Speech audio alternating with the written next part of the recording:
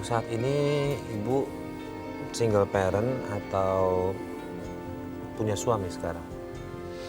Saya punya suami lagi, yang ketiga. Boleh tahu ketemunya di mana? Kalau itu dia ngakunya orang pesantren ya. Lebih mendalam agamanya, lebih dalam lagi ya. Nah, ini yang ketiga ini? Ini yang ketiga? Iya, yang ketiga. Lebih santri lagi, base sosialnya juga lebih tinggi. Ya, peduli dengan lingkungan, agama. Lama-lama setelah setahun saya menikah dengan mereka, saya ada keganjilan gitu. Apa itu? Apa? Keganjilan itu ada semacam ritual gitu ya. Di rumah ada kamar yang dikhususin gitu, tidak boleh ditempatin. Saya kayaknya ada curiga, ya saya masuk ke ruangan itu kayaknya serem. Ibu Itu Pak, terjadi yang aneh-aneh gitu. Udah sempat nanya belum sama suami? Karena kan kita nggak bisa cuma dari sekedar ngelihat benar atau tidaknya. Udah sempat nanya sama suami? Dia bilang itu jangan diganggu, karena itu buat naruh tempat usaha kita, dia bilang gitu. Supaya usaha kita, toko kita laris, katanya. Kamu jangan ganggu tempat itu, jangan dibuka, gitu saya. Tempat itu menyeramkan atau lebih kepada ritual Kalau boleh tahu, keagamaan? ya isinya apa di kamar Isinya itu? apa aja? Saya tidak boleh buka. Tapi kalau dari Ibu yang ngelihat, ngerasa itu nggak ada urusan, nggak ada hubungannya sama agama gitu? Bukan tempat berdoa kah? Ya Atau kita kan tempat tidak dia, tahu, jangan-jangan itu makanya. kan soma'ah, itu Betul. mungkin tempat berzikir, ibadah khusus gitu. Kan Dari kita mana nggak Ibu tahu. bisa menyimpulkan kalau itu menyeramkan gitu? Saya menyeramkan itu nggak boleh dibuka. Dan tiap malam itu kayaknya di kamar itu ada terjadi yang heboh gitu, yang aneh-aneh, jeritan yang aneh-aneh, tangisan yang aneh-aneh. Jadi saya sendiri pun juga takut tinggal di rumah. Itu yang menjerit siapa itu? Saya nggak tahu. Oke, gini mungkin Pak Ustadz. Bu Juju mungkin nggak punya bukti kuat apa yang dilakukan sama suaminya. Cuma berdasarkan asumsi aja yang dia ngerasa dia takut.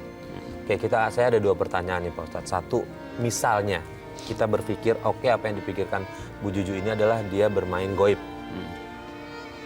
Untuk seorang istri, wajib untuk mengingatin suami nggak Pak Ustadz kalau dia mulai menyimpang ke hal yang tersebut? Wajib Boleh, ya? diingatkan.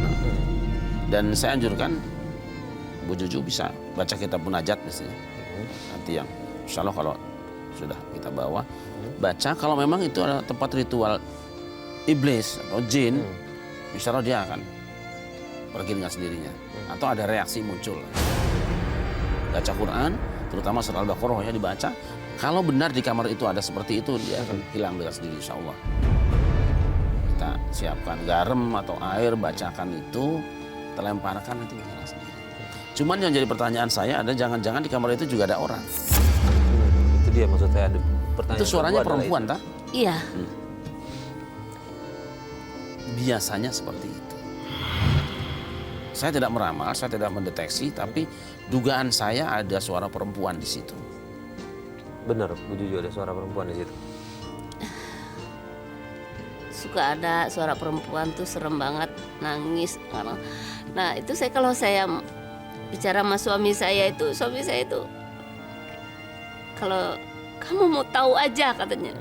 Nah saya itu suami saya. Model usahanya ini usaha konsultasi kah sebagai konsultan gitu mungkin, atau tidak sama sekali? Maksudnya ada orang datang ke rumah gitu minta konsultasi nasihat gitu enggak? Gak ada. Artinya dia di ruangan itu sendiri yang Ibu lihat. Iya. Cuma Ibu mendengar suara wanita nangis-nangis seperti itu. Iya betul. Oke, Pak Ustadz, ini mungkin masih belum tentu benar atau tidaknya. Tapi ketika kita mulai merasa takut nih, Ibu Juju merasa takut, apa yang ia harus lakukan nih di rumah itu Pak Ustadz? Iya baca Al-Quran. Al-Quran. Baca Al-Quran. Itu Tapi satu-satunya bisa membentengi nanti ya. jika ada kesempatan undanglah kiai atau ustadz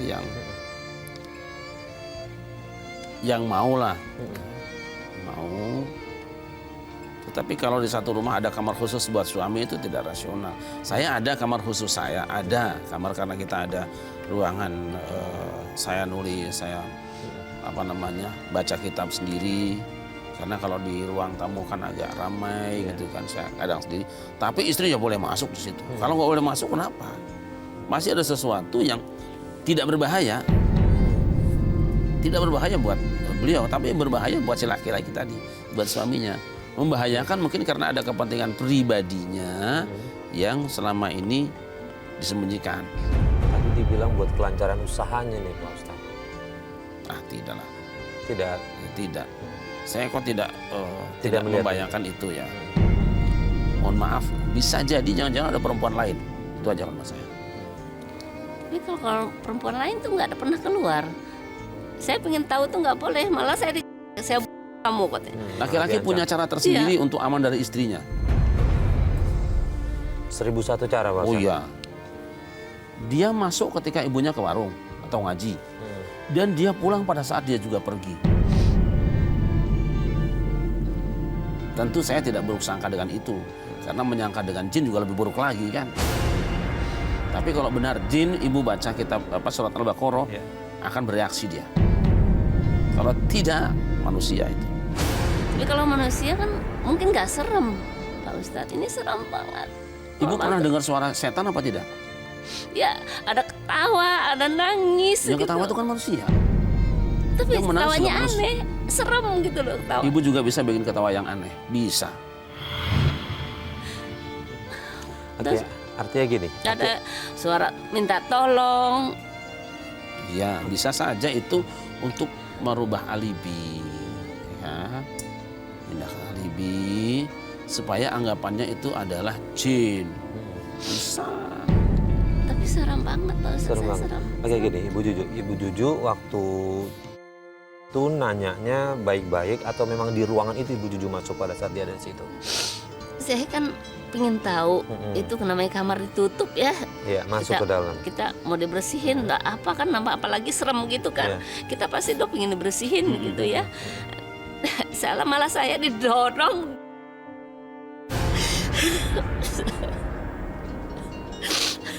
Saya berontak, dia nggak boleh tahu. Kalau kamu bandel ini usaha kita bisa tutup. Tapi kan saya nggak mau hal-hal yang lain Pak. Saya takut gitu loh. Apalagi dia tuh memelihara hal-hal yang aneh itu kan.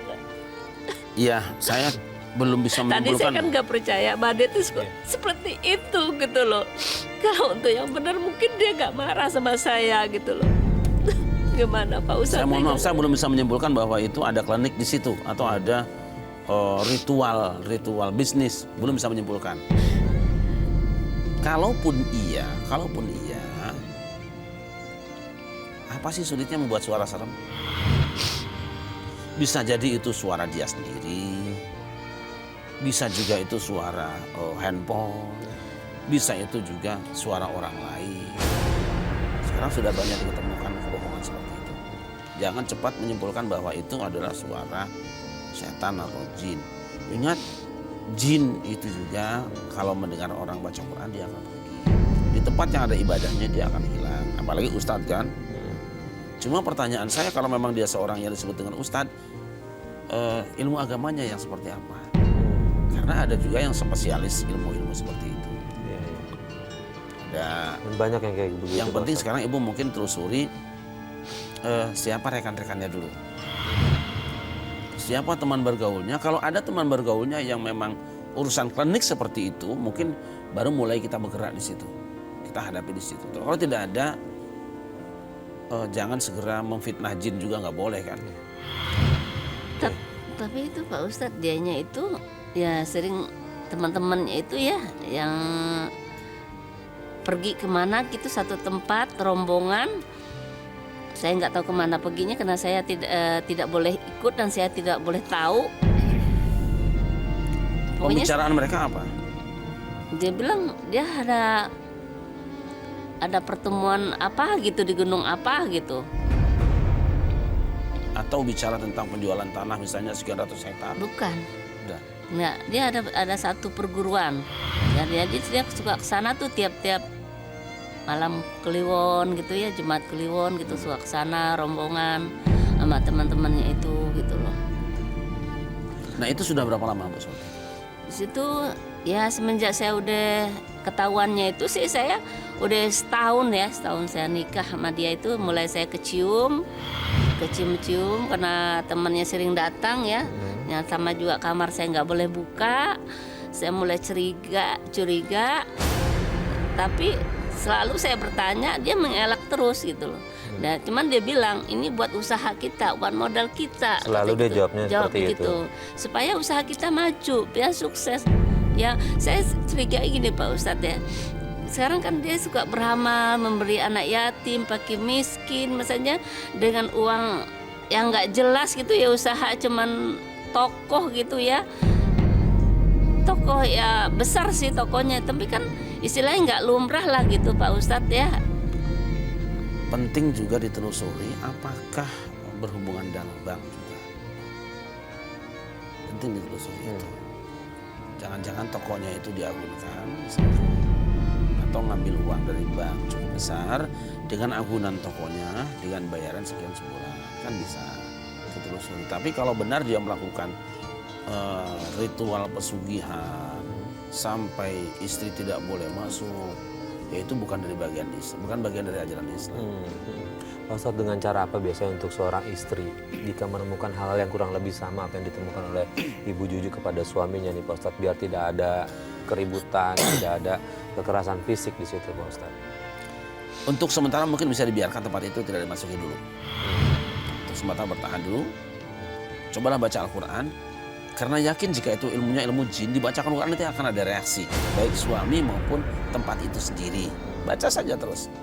Stop pembicaraan dulu, jangan ngobrol, jangan dialog, jangan segala macam.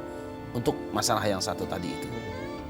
Tapi kalau misalnya itu adalah tempat ritual, sehingga nanti istrinya dijadikan tumbal, insya Allah tidaklah. Tidak akan bisa. Bu Juju sekarang hubungan sama suami yang ketiga gimana setelah dia tahu Ibu Juju udah mulai merepotkan dia lah dalam hal buka-buka ruangannya dia segala macam? Karena setelah saya tahu itu saya terlalu ikut campur masalahnya dia. Dia nggak mau dengan saya. Dia pergi begitu aja, nggak jelas kemana perginya. Udah pernah kau coba kontak dia? Telepon dia? Saya udah usaha kontak dia, tapi terus?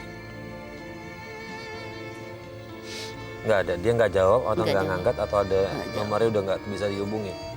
Cuman dia nggak hanya jawab kan ya? Nggak jawab, cuman dia bilang ya dia berusaha dengan SMS sih. Oke, gini Bu, kenapa saya tadi nanya kayak gitu? Karena nomor telepon yang Ibu kasih ke kita, alhamdulillah dia mau ngangkat teleponnya itu. Nah sekarang dia udah standby di ujung telepon ini. Dia bilang oke, saya coba layanin dulu apa mau istri saya, dia mau ngomong apa sama saya, katanya gitu sih. Nah sekarang Ibu coba ngomong di telepon, kita udah tersambung. Sepertinya belum? Nggak mau? Nggak mau? Oke, kita coba telepon lagi ya Bu ya. Ya mudah-mudahan disinilah kesempatan Ibu menyampaikan apa yang Ibu ingin sampaikan ke suami.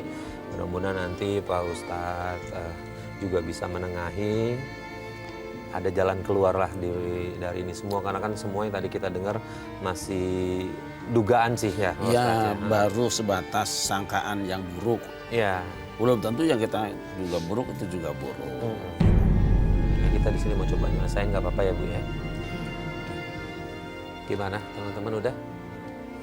Oke, sambil nunggu belum diangkat, seandainya memang nggak bisa ditelepon, Ibu saya kasih kesempatan coba ngomong ke kamera biar nanti rekamannya kita bisa kirim ke suami Ibu. Silakan. Sudah masuk? Sudah. Coba silakan Bu langsung disapa suaminya. Halo. Halo Mas. Ya, Kamu di mana sih Mas? kamu ngapain telepon aku, ha?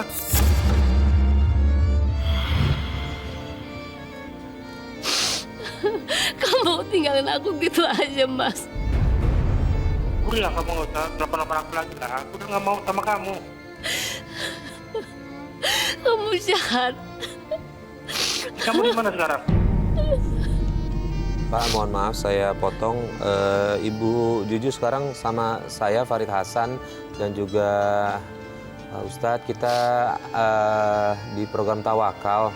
Di sini Ibu Juju bercerita ke kita kalau dia ada yang ganjal lah dari apa yang Bapak lakukan di rumah begitu, sehingga Bapak memutuskan untuk pergi dari rumah. Alah udahlah, kalian nggak usah ikut campur urusan keluarga saya. Keluarga saya urusannya. Udahlah, kamu nggak usah bikin malu ngomong-ngomong ke orang, ha? Karena Mas nggak ada. Saya ngadunya sama siapa? Saya curhatnya sama siapa?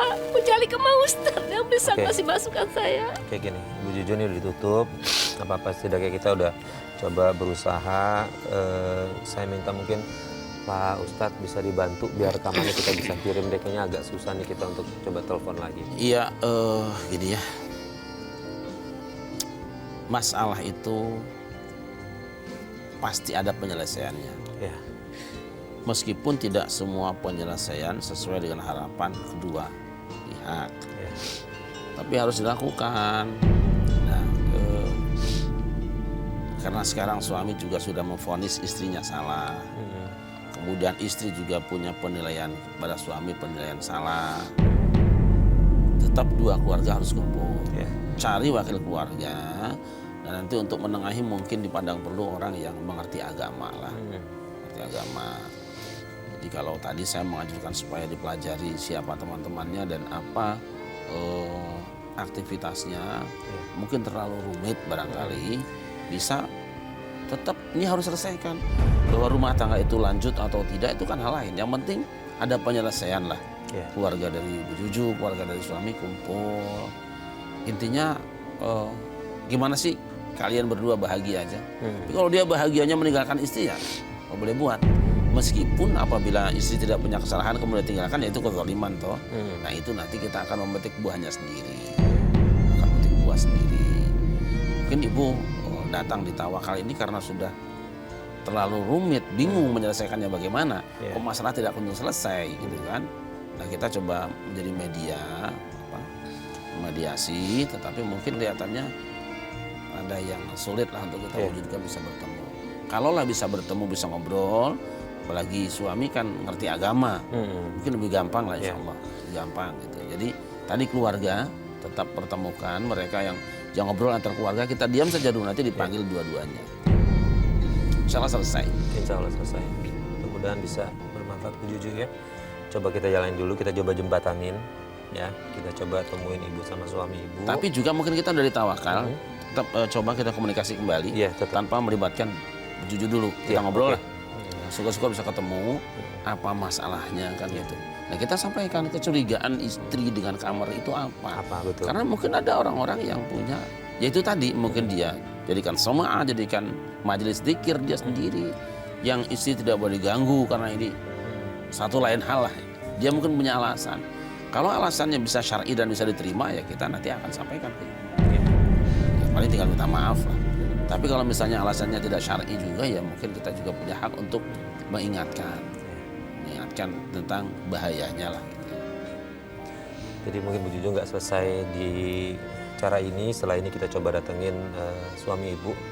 Kita coba tanya dulu apa yang ibu khawatirkan itu. Nanti baru kalau misalnya dia mau menerima kita temuin ibu sama dia ya. Kita coba ya. Terima kasih Pak Ustadz atas semua nasihatnya. Dan Bu Juju mudah-mudahan walaupun ini tidak menyelesaikan masalah secara 100%, tapi ya insya Allah kalau coba diamalkan apa yang tadi Pak Ustadz bilang, menato hati lebih tenang dulu yang paling penting itu. Terima kasih Bu Juju sudah berbagi cerita dengan kami. Makasih banyak Pak. Ya, sama-sama. Ya, Pak Ustadz, terima kasih bantuan Ustadz. Dan pemirsa, akhirnya sampai di sini Tawakal. Terima kasih atas kebersamaan Anda. Saya Farid Hasan undur diri. Wassalamualaikum warahmatullahi wabarakatuh. Waalaikumsalam.